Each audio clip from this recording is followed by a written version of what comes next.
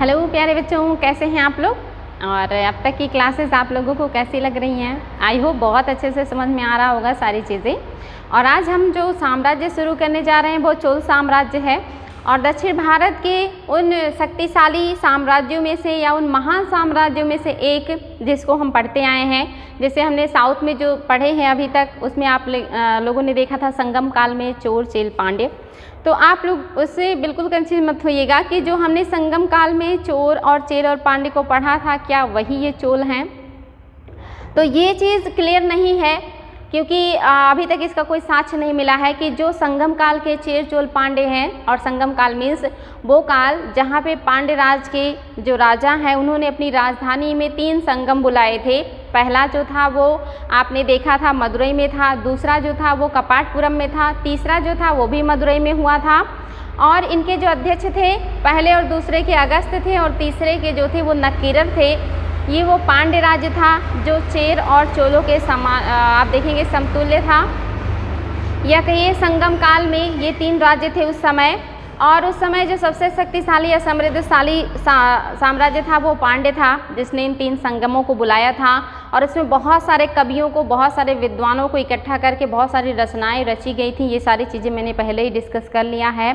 उन्हीं के समकालीन एक छोटा राज्य उस समय चोल भी था, जिसमें आपने करिकाल का नाम सुना था। उस चोल साम्राज्य के सबसे शक्तिशाली शासक थे करिकाल, जिन्हें जली टांगों वाला कहा गया या जिन्हें कहा गया कि युद्ध भूमि में जन्म ले ले मारे।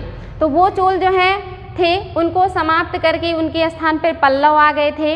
और इन्हीं पल्लवों के सामंत हैं ये जो दूसरे चोल आए हैं, जिनको शाही चोल कहा जाता है या इन्हें आप देखेंगे कि बहुत बड़ा साम्राज्य स्थापित करने वाला चोल कहा जाता है। तो इसको हमने देखा था कि जब हमने संगम काल में पढ़ा था तो पढ़ा था यहाँ पे जो है चेर थे, यहाँ पे पांड्य थे और यहाँ पे चोल थे। और आगे चल करके ये जो चोल हैं यहाँ पे पल्लव आ जाते हैं। और आज हम जो पढ़ने जा रहे हैं उन्हीं पल्लव को समाप्त करके फिर से चोल आएंगे। तो यहाँ पे बिल्कुल कंफ्यूज मत होइएगा कि पल्लव के पहले वाले जो चोल हैं ये वही चोल हैं या ये कोई दूसरे चोल हैं। इसका एथेंटिक स्रोत तो नहीं मिलता है। हो सकता है कि जिसके पहले जो चोल साम्राज्य के लोग थे जिन्होंने शासन किया था, जिनको विस्थापित करके यहाँ पे पल्लव स्थापित हुए थे, उन्हीं को विस्थापित करके फिर से चोल आ गए हों तो ये वही चोल हों। या हो सकता है कि वो चोल पूरी तरह समाप्त हो गए हों और ये बाद के नए चोल आए हों। तो ये चीज़ से बिल्कुल कंफ्यूज मत होइएगा कि वो अर्लियर वाले जो चोल थे यानी कि जो पहले वाले चोल थे और ये जो बाद के चोल हैं दोनों सेम है या नहीं है, उस सवाल में हमें नहीं उलझना है। हमें बस इतना पढ़ना है कि संगम काल चेर चोल पांड्य वाला क्षेत्र था, जिसमें पांड्य सबसे ज़्यादा महत्वपूर्ण या शक्तिशाली था या समृद्ध था, जिसने अपने यहाँ 3 संगम बुलाए थे। उसके बाद यहाँ पे पल्लव आ गए थे। यहाँ पे आपने देखा था वातापी के चालुक्य आ गए थे, यहाँ पे बेंगी के चालुक्य आ गए थे। और वो भी मैंने बताया था कि वातापी के चालुक्यों को प्रस्थापित करके राष्ट्रकूट आ गए थे और राष्ट्रकूटों को समाप्त करके फिर कल्याणी के चालुक्य आ गए। तो यहाँ पे आप देखेंगे कल्याणी के चालुक्य का भी पतन हुआ। तो यहाँ पे फिर नए नए राजवंश आ गए हैं, या कहिए कि यहाँ पे कल्याणी के चालुक्य अभी थोड़े बहुत विद्यमान है। यहाँ पे होयसल राजवंश आ गया है जो चालुक्यों का नीचे का क्षेत्र है, यहाँ पे होयसल आ गए हैं। चेर जो हैं ये पतले से क्षेत्र में विद्यमान है। इधर पांड्य है, इधर चोल है, इसके ऊपर काकतीय वंश है, उसके ऊपर कलिंग है, उसके ऊपर पाल है। तो आज हमें इन्हीं चोलों को पढ़ना है। ये है चोल साम्राज्य यानी कि स्थापना जब हुई पल्लवों को समाप्त करके। तो ये है चोल डायनेस्टी जहाँ पे शुरुआत हुई थी। पल्लव को समाप्त करके चोल आते हैं। और जो चोल साम्राज्य का संस्थापक है वो आप देखेंगे विजयालय है। और विजयालय ने उपाधि ली है नरकेसरी की। और इनका जो कार्यकाल है ये 850 से 875 है। ये संस्थापक हैं।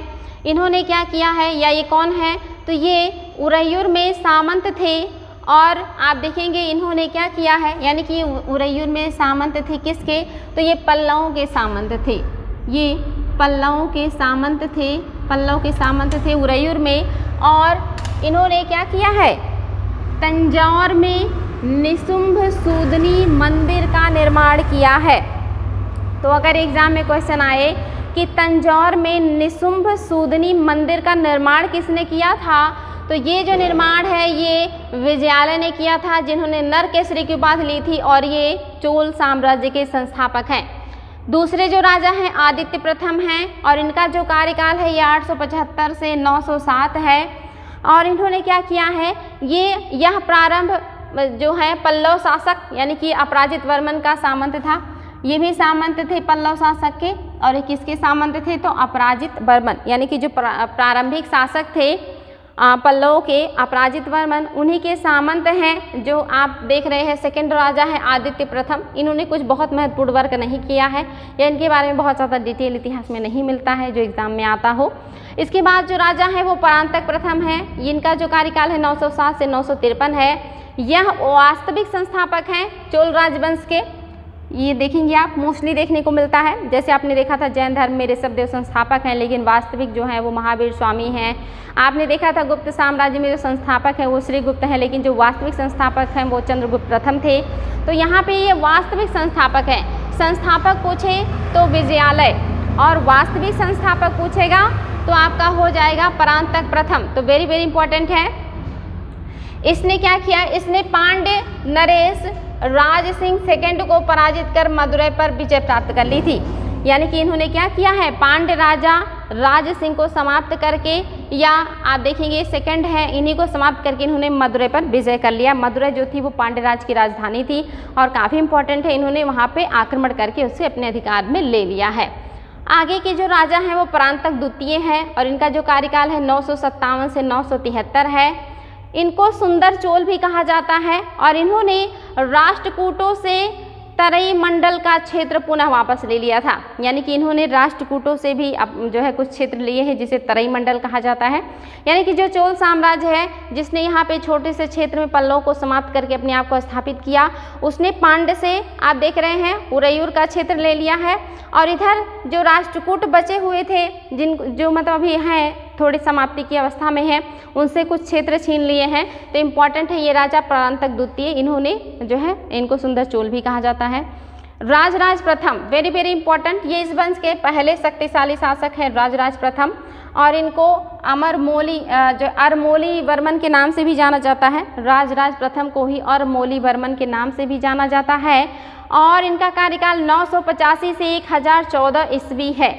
इनके काल में चोल साम्राज्य मतलब जो है चोल साम्राज्यवाद की शुरुआत हुई। यानी कि जो साम्राज्यवाद की भावना होती है, साम्राज्यवाद मीन्स होता है अपने साम्राज्य का विस्तार करना, उसी को साम्राज्यवाद कहते हैं। और ये भावना जो है बड़े पैमाने पे किसके शासनकाल में आई है, तो राजराज प्रथम के काल में। और इन्होंने जो है चोल साम्राज्य को हर तरफ बढ़ाने का सबसे ज़्यादा पहली बार शुरुआत किया है। इसीलिए कहा गया कि इन्हीं के शासनकाल में पहली बार साम्राज्यवाद की भावना आई है चोल शासन में। और इन्होंने क्या किया है, इन्होंने चोल विरोधी गठबंधन, यानी कि चोलों के विरोध में गठबंधन बनाया गया है पांड्य, चेर और श्रीलंका का, और इनको हराने का काम किया था जो है इन्होंने। और हराने के बाद क्या किया है, जो है आप देख सकते हैं बहुत इंपॉर्टेंट है कि इनके खिलाफ गठबंधन किसने बनाया है, तो पांड्य ने, चेर ने और श्रीलंका ने। और इन तीनों के गठबंधनों को जो तोड़ने का काम किया है वो किया है चोल शासक राजराज प्रथम ने। वेरी वेरी इंपॉर्टेंट है। और इन्होंने श्रीलंका के शासक महेंद्र पंचम को भी पराजित किया है, और उनकी राजधानी अनुराधापुर को नष्ट कर दिया। वेरी वेरी इंपॉर्टेंट है बच्चों, एग्जाम में आता है कि श्रीलंका पर अधिकार करने वाला या श्रीलंका पर कौन सा वो चोल शासक था जिसने पहली बार आक्रमण किया था और उत्तरी श्रीलंका पर अधिकार कर लिया था। यानी कि इन्होंने पूरे श्रीलंका पर अधिकार नहीं किया है, बल्कि श्रीलंका के ऊपर के हिस्से को या उत्तरी हिस्से को अधिकार कर लिया है। और उस समय जो श्रीलंका के राजा हैं वो महेंद्र पंचम है, और उनको हरा करके उनकी राजधानी अनुराधापुर को नष्ट कर दिया है। और इसने पश्चिमी गंग शासक से भी कुछ प्रदेश छीने हैं। आपको मैप में बताएंगे भी कि पश्चिम में गंग शासक हैं और उनसे भी इन्होंने कुछ प्रदेश को छीन लिया है। इसके अलावा चालुक्य शासक सत्याश्रय पर भी हमला किया तथा मालदीव पर भी आक्रमण किया या कब्जा कर लिया है। तो वेरी वेरी इंपॉर्टेंट है बच्चों, एग्जाम में क्वेश्चन बहुत ज़्यादा आता है कि श्रीलंका के उत्तरी क्षेत्र पर सबसे पहले किसने अधिकार किया, तो राजराज प्रथम ने। जो मालदीव का क्षेत्र है या जो देश था मालदीव, छोटा सा जलीय क्षेत्र है, आप जानते हैं अरब सागर या कहिए कि हिंद महासागर में, उस पर भी अधिकार करने वाले यही पहले राजा हैं जो कि राजराज प्रथम है। वेरी वेरी इंपॉर्टेंट है, एग्जाम में आ चुका है। तो इन्होंने क्या किया, श्रीलंका पर भी अधिकार किया उसके उत्तरी क्षेत्र पर, और मालदीव पर भी अधिकार कर लिया है। और इसके अलावा गंग राजा से भी कुछ क्षेत्र को छीना है, चालुक्यों से भी इन्होंने कुछ क्षेत्र को छीना है। इसके अलावा इन्होंने एग्जाम में बहुत ज़्यादा आता है कि तंजावुर का बृहदेश्वर मंदिर किसने बनवाया है, तो तंजौर में राजराजेश्वर या बृहदेश्वर मंदिर का जो निर्माण है राजराज प्रथम ने बनाया है। ये बहुत ज़्यादा एग्जाम में आता है कि बृहदेश्वर का मंदिर जो है वो किसने बनवाया था, तो ये राजराज प्रथम ने ही बनवाया है और ये एक शिव मंदिर है, इसलिए बहुत ज़्यादा इम्पोर्टेंट है। बृहदेश्वर का शिव मंदिर जो राजराज प्रथम ने बनाया है और इसको राजराजेश्वर मंदिर के नाम से भी जाना जाता है। ये शासनकाल है राजराज प्रथम का, जिनके शासनकाल में अब चोलों ने बड़े मंदिर बनाना शुरू कर दिया है। इसके पहले जो चोल राजा हैं वो छोटे छोटे मंदिरों का निर्माण करते हैं, लेकिन राजराज प्रथम के शासनकाल से बड़े बड़े मंदिरों का निर्माण शुरू हो जाता है। खास करके जो बृहदेश्वर मंदिर है ये आप देखेंगे यूनेस्को की साइट्स में भी शामिल है और ये मंदिर पिरामिड के आकार का बिल्कुल खड़ी ढाल में बना हुआ है। वेरी वेरी इंपॉर्टेंट है। ये 59 मीटर ये ऊंचा है, बहुत ही ऊंचाई है इसकी। और इसकी ऊंचाई मतलब जो शीर्ष है यहाँ पे 80 टन का एक गुंबद नुमा पत्थर रखा हुआ है। ये 80 टन का है और ये वर्तमान के लोगों के लिए आश्चर्य का विषय है कि 80 टन उतनी ऊंचाई पे उस समय जब कोई टेक्नोलॉजी नहीं थी तो कैसे ले गए होंगे लोग। तो यहाँ पे बताया जाता है कि इस जो शीर्ष पे पहुँचाए गए पत्थर को यहाँ पहुँचाने के लिए यहाँ मंदिर के पास से गांव से होते हुए 4 किलोमीटर लंबा पुल बनाया गया था और उस पुल के ऊपर आप देखेंगे घोड़ों से और हाथियों से इसको खींचा गया था, यानी कि इसको मतलब जो है अलग अलग संसाधनों से इसको जो है धक्का देते हुए यहाँ पहुँचाया गया था और यहाँ पहुँचाने के बाद इस पुल को तोड़ दिया गया। तब जा कर के 80 टन का जो पत्थर है वो उस मंदिर पे स्थापित किया गया। और ये जो अद्भुत जो संरचना है ये बृहदेश्वर मंदिर का है। 59 मीटर ऊंचे मंदिर के शीर्ष पर 80 टन का जो पत्थर है वो 4 किलोमीटर लंबा जो है बांध बना करके या पुल बना करके धीरे धीरे ले जा करके इस मंदिर पर स्थापित किया गया था। ये अद्भुत मंदिर है और ये किसने बनाया है? राजराज प्रथम ने बनाया है। कहाँ बनाया है? तो तंजौर में बनाया है और ये यूनेस्को के साइट्स में भी शामिल है। वेरी वेरी इंपॉर्टेंट है बच्चों। आगे है राजेंद्र प्रथम, चोल साम्राज्य का सबसे शक्तिशाली शासक, जिसके शासनकाल में यहाँ का जो साम्राज्य विस्तार है सबसे ज़्यादा था या जो चोल शक्ति थी ये चरम पे पहुँच गई थी, ये है राजेंद्र प्रथम। इन्होंने जो उपाधि ली है वो पंडित चोल, इसके अलावा गंगईकोंड चोल और इसके अलावा उत्तम चोल। एग्जाम में आता है कि पंडित चोल की उपाधि किसने ली थी या गंगईकोंड की जो उपाधि है किसने ली थी या उत्तम चोल किसे कहा जाता है, तो ये राजेंद्र प्रथम है और इनका शासनकाल 1012 से 44 ईस्वी है। इन्होंने पश्चिमी चालुक्य और इसके अलावा चालुक्यों को भी हराया, पांड्यों को हराया, चेरों को भी पराजित किया। इन तीनों लोगों को पराजित करके अपने साम्राज्य विस्तार किया। इसके अलावा इन्होंने श्रीलंका के महेंद्र पंचम को भी पराजित किया और पूरे श्रीलंका पर अधिकार कर लिया और इनको बंदी बना करके अपने जो है साम्राज्य में लेकर के आए महेंद्र पंचम को। और लगभग 10-12 साल के बाद इनकी मृत्यु हो गई थी और पूरे श्रीलंका पर जो अधिकार किया वो राजेंद्र प्रथम ने। ऊपर के क्षेत्रों में जो अधिकार किया था वो थे राजराज प्रथम, लेकिन पूरे जो श्रीलंका उस पर अधिकार करने वाला जो राजा है वो राजेंद्र प्रथम है और इनका कार्यकाल आप देख रहे हैं 1012 से 44 ईस्वी है। इसके अलावा आप देखेंगे 1022 में राजेंद्र ने गंगा का अभियान किया था। एग्जाम में बहुत ज़्यादा आता है कि गंगा का अभियान किस राजा ने किया था, तो ये राजेंद्र प्रथम ने ही गंगा का अभियान किया था।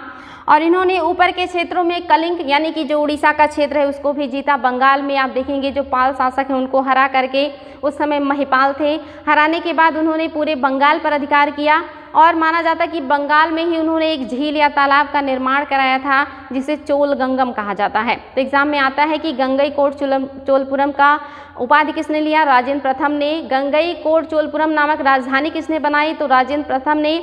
चोल गंगम नामक झील किसने बनाया है? राजेंद्र प्रथम ने। गंगा का अभियान किसने किया है? ये भी राजेंद्र प्रथम ने किया है। सबसे शक्तिशाली राजा कौन है चोल वंश का? राजेंद्र प्रथम है। श्रीलंका पर पूरी तरह अधिकार करने वाला राजा कौन है? तो राजेंद्र प्रथम है। सबसे ज़्यादा साम्राज्य विस्तार करने वाला चोल साम्राज्य का कौन सा राजा है? तो राजेंद्र प्रथम है। दक्षिण पूर्वी एशिया के देशों को विजित करने वाला मलाया जो है, मलेशिया है, इंडोनेशिया है, सुमात्रा है, ये सारे जो क्षेत्र हैं इन पर अधिकार करने वाला राजा कौन है? तो राजेंद्र प्रथम है। इन्होंने ही सब सारी चीज़ों का विस्तार किया। तो ये वेरी वेरी इंपॉर्टेंट है। ये सारी चीज़ें यहाँ पे मैंने लिखा हुआ है, ध्यान देंगे। इन्होंने क्या किया? अभियान किया और कलिंग पर और बंगाल पर आक्रमण किया, उसके क्षेत्रों को जीता, पूर्वी गंग को भी हराया और वहाँ के मधुका मानव नामक जो व्यक्ति है उनको पराजित किया था। इसके अलावा पाल शासक महिपाल को भी पराजित किया। ये उपाधियाँ ली हैं उन्हें ये सारी चीज़ें मैंने आपको बता ही दिया है। आगे इन्होंने और क्या किया है, तो जो शैलेंद्र शासक हैं संग्राम या इन्हीं को विजयतुंग कहा जाता है के विरुद्ध नौसेना अभियान भेजा था।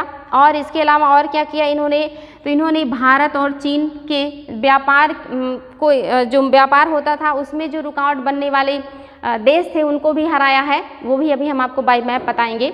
इसके अलावा आप देखेंगे राजाधिराज फर्स्ट, ये राजा बनते हैं राजाधिराज फर्स्ट, इनका शासनकाल 1044 से 54 है। इसने चालुक्य शासक सोमेश्वर को पराजित कर जो है कल्याणी पर अधिकार कर लिया था, यानी कि कल्याणी पर अधिकार कर लिया। और ये जो युद्ध था ये पुंडुर के नाम से जाना जाता है।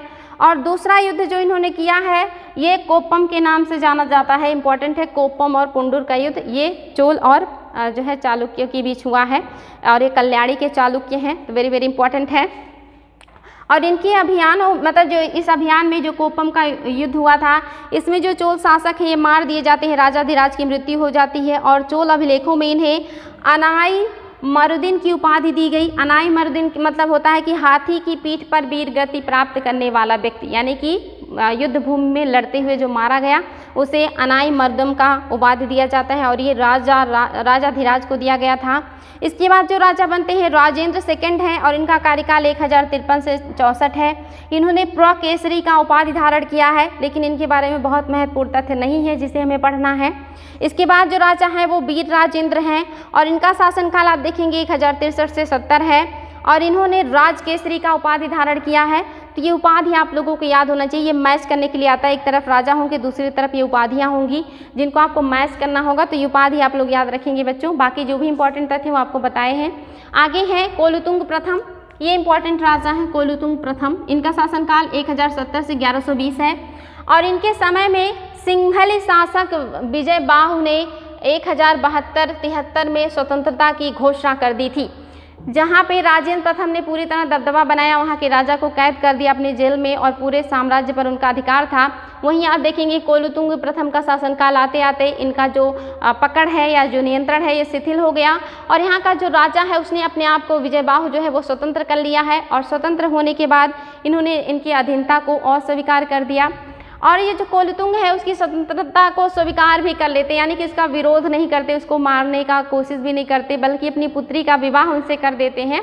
तो भी एग्जाम में क्वेश्चन आता है कि कौन सा वो चोल शासक था जिसने अपनी पुत्री का विवाह श्रीलंका के राजा से कर दिया था, तो यही कोलुतुंग प्रथम है, इसलिए वेरी वेरी इंपॉर्टेंट है।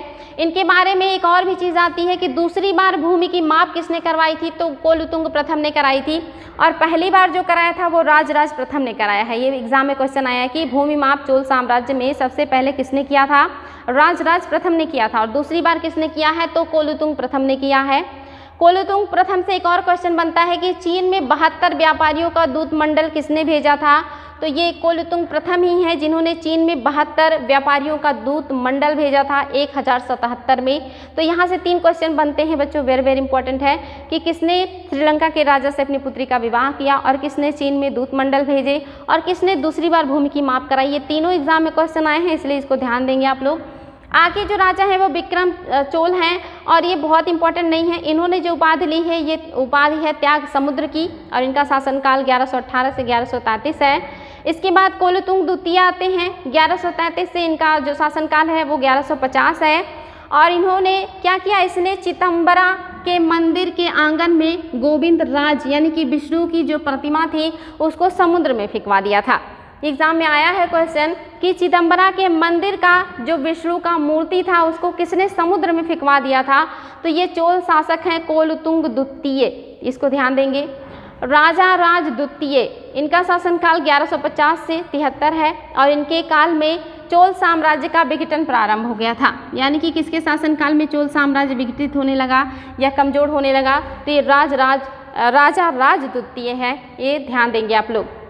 इसके बाद राजेंद्र तृतीय है, यह चोल वंश का अंतिम शासक है। एग्जाम में आता है कि अंतिम कौन होता है, तो राजेंद्र तृतीय जो है ये चोल साम्राज्य के अंतिम शासक हैं और इसके बाद चोल साम्राज्य पर अधिकार हो जाता है नीचे के जो राजा हैं पांड्य, उन्होंने ही चोल राज्य पर फिर से अधिकार कर लिया और चोल पूरी तरह से समाप्त हो जाते हैं। इन्हीं के समकालीन कुछ और भी राजवंश थे जो उस समय शासन कर रहे थे, जैसे आप देखेंगे देवगिरी के यादव वंश, देवगिरी के जो यादव वंश है ये भी शासन कर रहे थे और इनके जो संस्थापक हैं वो भिल्लन हैं। यानी कि देवगिरी के यादव वंश का जो संस्थापक है वो भिल्लन है, ये भी आता है, कूट में भी आता है क्वेश्चन और इंडिविजुअल भी आता है, तो याद रखेंगे देवगिरी के यादव। इसके अलावा वारंगल के काकतीय, दूसरा जो राजवंश है ये वारंगल का काकतीय वंश है और इसका जो संस्थापक है ये प्रोल राज द्वितीय है। संस्थापक याद रखेंगे प्रोल राज द्वितीय। और वेरी वेरी इंपॉर्टेंट जो बहुत ज़्यादा क्वेश्चन आता है एग्जाम में कि इस वंश की जो शासिका हैं जिनका नाम है रुद्रदमा देवी, ये बहुत ज़्यादा था कि रुद्रदमा देवी जो है ये किस राजवंश की शासिका थी, तो ये काकतीय राजवंश की शासिका थी जिन्होंने अपनी पहचान छिपाई थी और बचपन में या कहिए कि काफ़ी टाइम तक ये लड़के के भेष में रहती थी। पूरे साम्राज्य के लोग जानते थे कि ये लड़का है, तो इन्होंने भ्रम पैदा किया था लोगों के अंदर ये लड़का है या लड़की। बहुत समय के बाद लोगों को पता चला कि ये महिला है और यहाँ पे ये रुद्रदेव के नाम से शासन करती थी, बाद में पता चला तो ये रुद्रदमा के रूप में शासन करती हैं। तो ये एग्जाम में आता है। ये जो शासिका हैं ये काकतीय राजवंश की हैं और इनके बारे में मार्को पोलो प्रशंसा करता है अपनी यात्रा वृत्तांत में। इटली का जो शासक है इटली का जो यात्री है मार्को पोलो, इसने प्रशंसा की है रुद्रदमा के शासन का या उनके कार्य पद्धति का। तो इम्पॉर्टेंट है बच्चों, याद रखेंगे काकतीय वंश और रुद्रदमा देवी। आगे जो है राजवंश ये द्वार समुद्र के होयसल हैं, ये बहुत इंपॉर्टेंट है क्योंकि आप देखेंगे ये जो है ये मध्यस्थता का काम करते हैं। संस्थापक जो है विष्णुवर्धन है, संस्थापक याद रखेंगे होयसल राजवंश के संस्थापक विष्णुवर्धन है और ये चोल चालुक्य और पांड्य जो हैं उनके बीच मध्यस्थता का काम करते हैं, लेकिन ये लड़ाने का काम करते हैं और इसी बीच जो है चोल वो हार जाते हैं या समाप्त हो जाते हैं, लेकिन जो पांड्य हैं वो समाप्त नहीं होते और वो आगे चल करके इन होयसलों को भी समाप्त कर देते हैं और चोलों को समाप्त करके अपना साम्राज्य विस्तार कर लेते हैं। तो ये मध्यस्थता का काम कर रहे थे। इसके अलावा आप देखेंगे मदुरै के पांड्य जिनके बारे में हम पढ़ रहे हैं, लास्ट में चोलों के साम्राज्य पर इन्हीं का अधिकार हो जाएगा, यानी कि जो चोल साम्राज्य है उस पर जो आधिपत्य होगा लास्ट में वो पांड्यों का हो जाएगा। पहले वाले जो चोल थे उनको समाप्त करके पल्लव आ गए थे, लेकिन दूसरी बार जो चोल हैं इनको समाप्त करके पांड्य उनको अपने साम्राज्य में मिला लेंगे। आगे है ये साम्राज्य का विलय हो जाता है और जो चेर राज्य है यानी कि केरल क्षेत्र में चेर राज्य था और उस समय जब ये चेर राज्य था इस समय तक आप देखेंगे भारत में यहूदी आकर बसने लगे थे और इस बात का जो प्राचीनतम प्रमाण है ये यहाँ के राजा के द्वारा जो चेर शासक है उन्होंने जोसेफ रब्बान, ये नाम है, रब्बान को भूमि दिया था, भूमि दान में दिया था और उसका जो अधिकार पत्र है वो हमें अभिलेख के रूप में या साक्ष्य के रूप में मिलता है, जिससे पता चलता है कि चेर राज आज भी आप देखेंगे केरल के क्षेत्रों में यहूदी और क्रिश्चियंस मिलते हैं, तो इनका जो आगमन है वो बहुत पहले से शुरू हो गया था। तो इसी को बाय मैप देख लेते हैं बच्चों एक बार। ये आप देखेंगे केरल के क्षेत्र में पतला सा जो क्षेत्र है ये चेर साम्राज्य है। मैंने आपको बताया भी था कि ये धनुष की आकृति का है और इसका राज चिन्ह भी धनुष है। ये जो है पांड्य हैं जिनके बारे में भी हमने पढ़ा था कि इनकी जो राजधानी थी वो मछली थी। ये चोल हैं, संगम काल में इनकी जो राजधानी हम पढ़ रहे थे बाघ थी। तो ये तो साम्राज्य हैं। इधर आप देखेंगे होयसल हैं, होयसल राजवंश, वही जो मध्यस्थता कर रहे थे पांड्यों, चेर और पांड्य, चोल और चालुक्य के बीच, यानी कि आपस में सबको लड़ा रहे थे कि सब लोग लड़के जब कमज़ोर हो जाएंगे तो हम सब पर अपना अधिकार कर लेंगे। लेकिन इनका जो चाल है ये कामयाब नहीं हुआ। चोल तो समाप्त हो गए लेकिन पांड्य जो है इन्होंने अपनी शक्ति को बढ़ाया और होयसलों को भी समाप्त कर दिया और जो है चोलों को भी समाप्त कर दिया, यानी कि सभी पर अधिकार कर लिया था। ये बाद में पांड्य राज्य के अधीन आ जाएंगे, लेकिन शुरुआत में ये इस तरह से थे।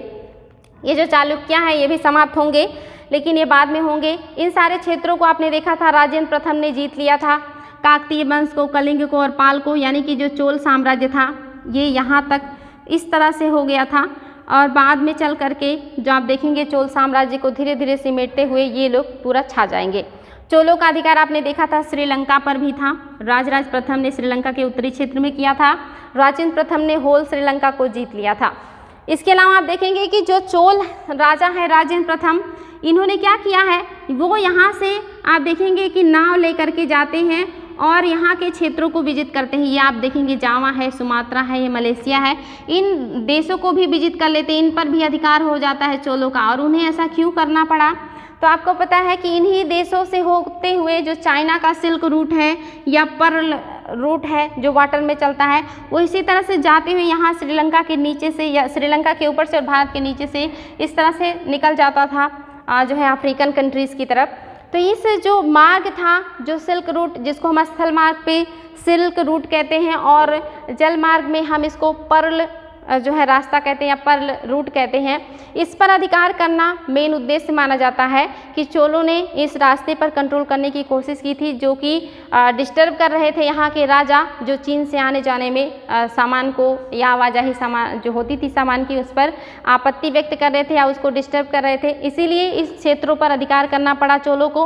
और बहुत अद्भुत बात है, उस समय जो हमारी नौसेना थी वो इतनी अच्छी थी कि जो चोल हैं इन्होंने श्रीलंका, मालदीव, मलेशिया, जावा, सुमात्रा, इंडोनेशिया, इन सारे देशों पर अधिकार कर लिया था। पूरी बंगाल की खाड़ी को ये जो है आप देखेंगे चल करके जाते थे और इन देशों को विजिट करते थे। अपने आप में बड़ी बात थी उस समय, जब बहुत ज़्यादा टेक्नोलॉजी नहीं थी, तब भी हमारी नौसेना इतनी अद्भुत थी। इतनी अद्भुत नौसेना उस समय विश्व में किसी की नहीं थी जितना अद्भुत इन्होंने अपनी नौसेना को किया था। तो ये जो चोल डायनेस्टी है अपने आप में बहुत ही अद्भुत डायनेस्टी है और इसने हर क्षेत्र में काम किया है, उसके बारे में भी हम पढ़ेंगे।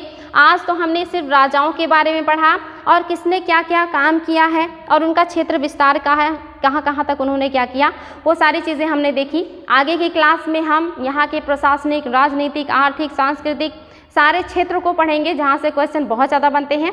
तो आज के लिए रहने देते हैं बच्चों, फिर मिलते हैं नेक्स्ट डे। Thank you.